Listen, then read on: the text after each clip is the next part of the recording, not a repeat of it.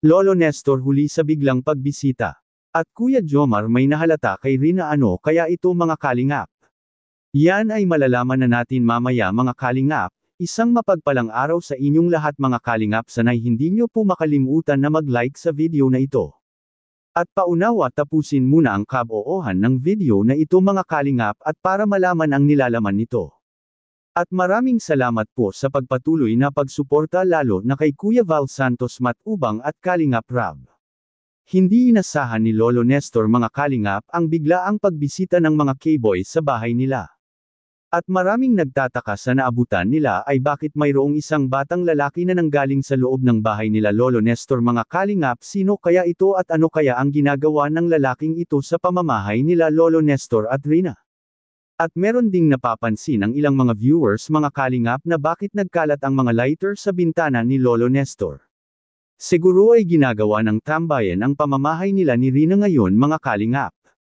Kung kayo ang tatanungin mga kalingap, ano ang masasabi niyo po sa mga nakakalat na lighter sa bahay nila Rina?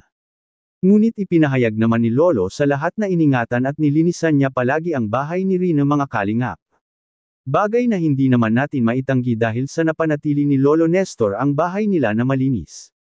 Ngunit hindi talaga maiwasan ni Lolo Nestor ang mamiss niya ang kanyang apo na si Rina mga kalingap. Marami din ang naghinala dati kay Lolo na baka anya may ginagawa si Lolo dati kay Rina at kaya nagkasakit ang bata na si Rina. Ngunit paliwanag naman ni Lolo sa K-Boys na sadyang na-miss lang talaga niya si Rina mga kalingap dahil sa kanilang samahan at simula noong bata pa ito ay wala nang ibang nag-aalaga bukod sa kanya ay siya lang talaga ang nag-aasikaso dati kay Rina mga kalingap. Kaya inaaliw na lang anya niya ang kanyang sarili at sa pagtatrabaho at para malilimutan niya si Rina kahit sa sandaling panahon. Mas nakakabuti talaga kay Rina na ang Team Kalingap ang nag-aalaga sa kanya ngayon mga kalingap dahil sa si Rina ngayon ay nag-aaral na at makikita na natin na siya ay masaya sa piling ni Kalingap Roda. Kaya nga tama ang mga suggestion ng karamihan dati na mas makakabuti kay Rina na si Kalingap Roda muna ang mag-aalaga nito at nang sa ganun matutukan ang mga gamot nito at higit sa lahat ay parehong babae din sila mga kalingap.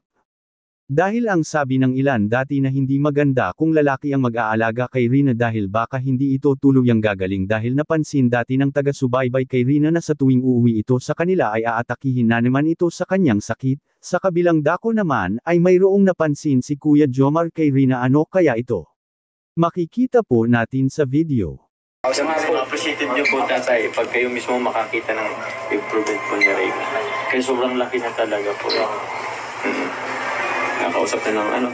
Parang di na nga siya na ano, ewan ko kung inano pa po siya. Tawag niyan? Ano yan? Check up? Check up. So, pag inaano pa po ng ano? Inatake? Inatake. Ay, hindi na yata. Parang di na ano po. Hindi na yun pa naman yatang gamit yun.